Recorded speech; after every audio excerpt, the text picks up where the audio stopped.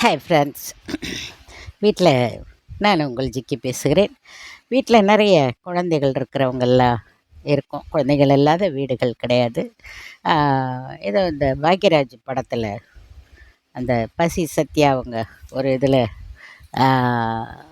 Artist அவங்க பசி சத்யா அவங்க என்னோடய ஃப்ரெண்ட், அவங்க டிஆர் ஃப்ரெண்ட். அவங்க அந்த படத்தில் நடிச்சிருப்பாங்க. பாக்யராஜ் படத்தில் ஒரு குழந்தைய அவங்கக்கிட்ட ஒப்படைச்சிட்டு அந்த ஊர்வசி அம்மா போவாங்க.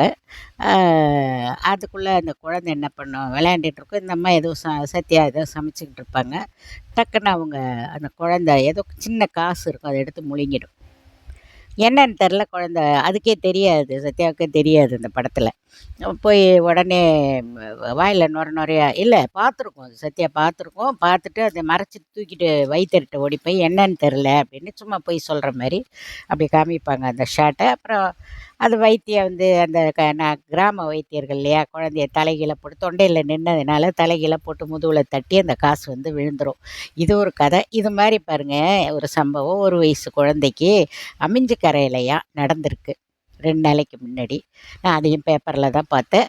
அமிஞ்சி கரையில் அந்த குழந்தைக்கு 1.5 வயசு குழந்தைக்கு ஏதோ காசை முழுங்கிடுச்சு போல். அது ஏதோ உடம்பு சோர்வாகி மயக்கம் அடித்து விழுந்து அதை உடனே அவங்க வீட்டுக்கு சொந்தக்காரங்க ஆஸ்பத்திரிக்கு கொண்டு போயிருக்காங்க.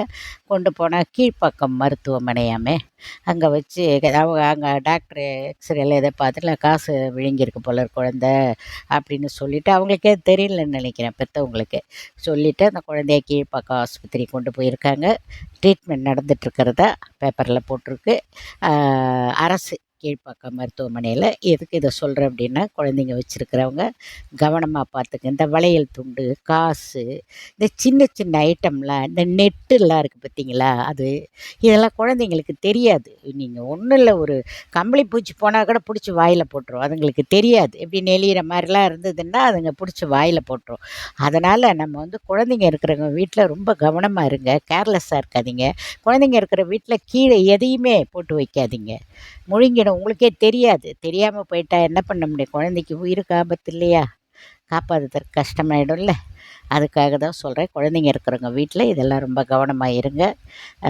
அது நம்மளுடைய கடமை இல்லையா.